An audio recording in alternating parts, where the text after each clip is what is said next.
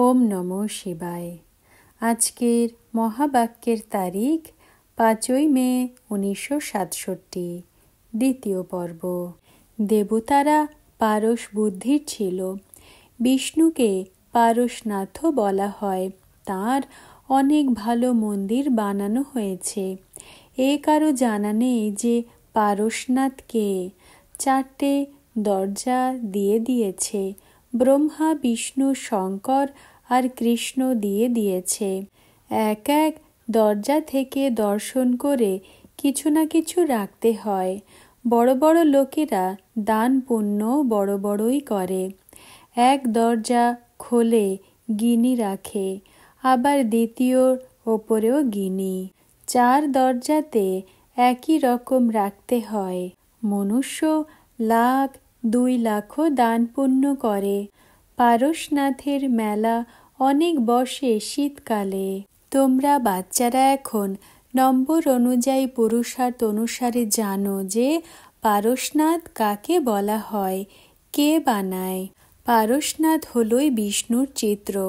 আলাদা মন্দিরও হয় যাকে নর নারায়ণ বলে। নাম তো অনেক রেখে দিয়েছে না।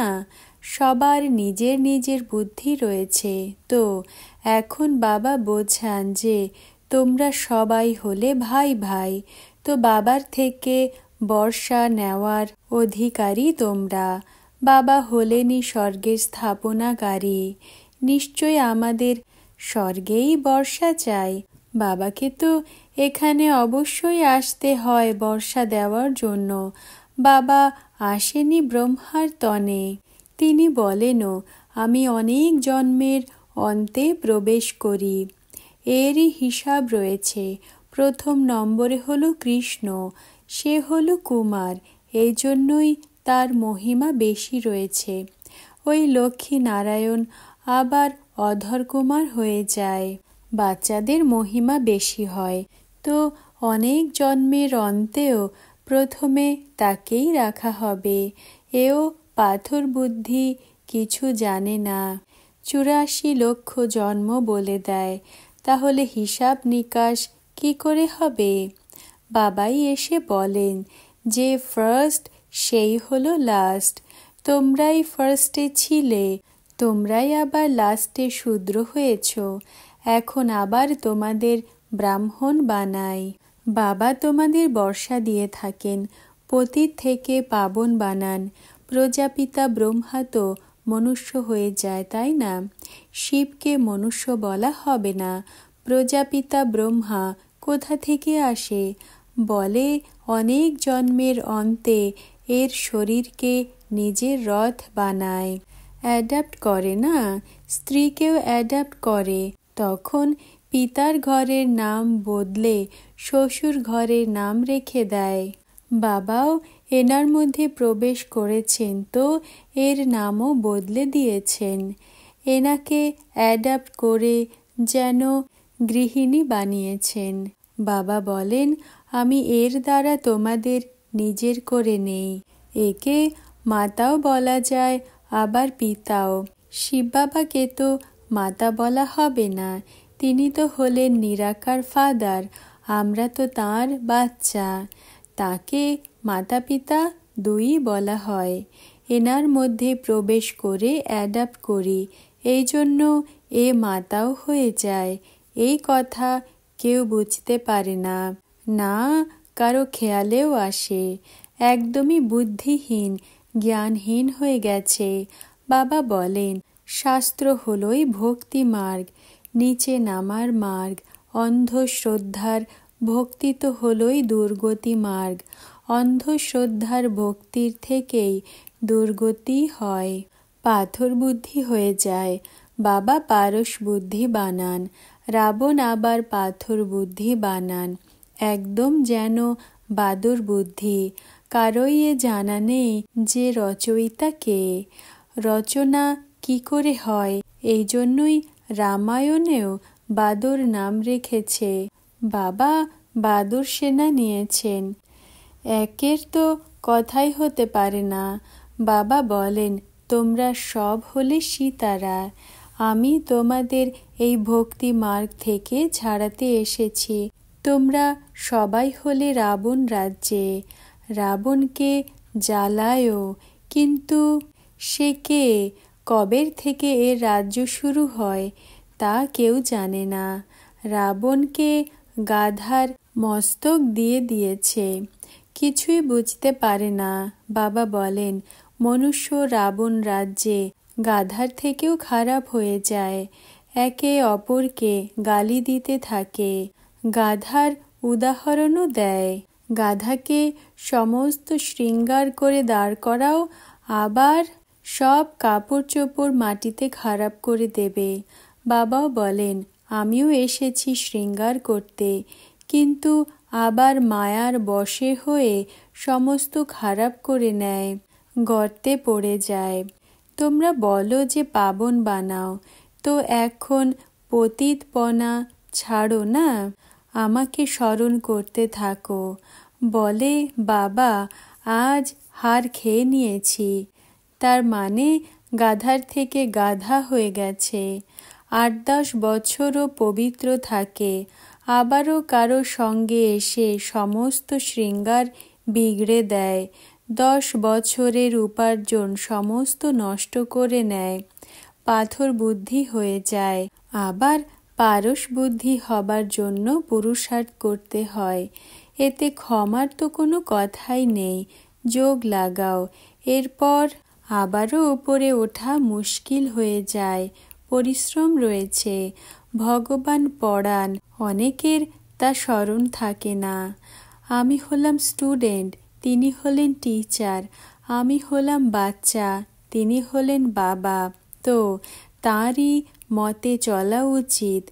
গুরুদের ফলোয়ার্স হয়, গুরুকে বলে যে আমরা ভগবানের সাথে কিভাবে মিলিত হব, তো গুরু তাদের বলে ভগবান তো হলো সর্বব্যাপী, তুমিও হলে ভগবান। দুর্ভাগ্য বানিয়ে দেয়।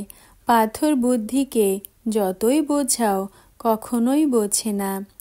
এই সময়ে যে মনুষ্য মাত্র রয়েছে, কারোই ব্রেন কাজ করে না।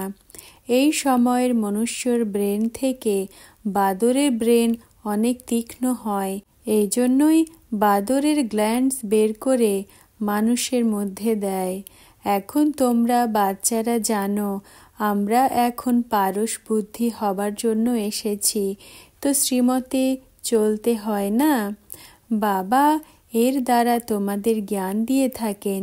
বাবা বলেন, আমার নিন্দা করালে তো টিকতে পারবে না, পদ হারিয়ে ফেলবে। এম অবজেক্ট তো এখানেই রয়েছে, যদি এমন পুরুষার্থ করবে তো এই লক্ষ্মী নারায়ণ হবে। সর্বপ্রথমে তো এটা বোঝানো উচিত যে আমরা আত্মাদের, আর বাবাকে তো জেনে যাই।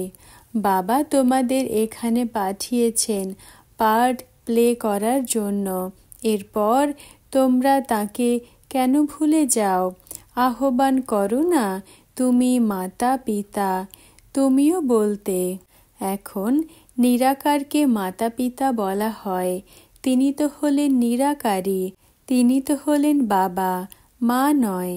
এখন তোমরা জানতে পেরেছ যে ব্রহ্মা মাও আবার পিতাও, এর জন্য গায়নও করে যে তুমি মাতা পিতা।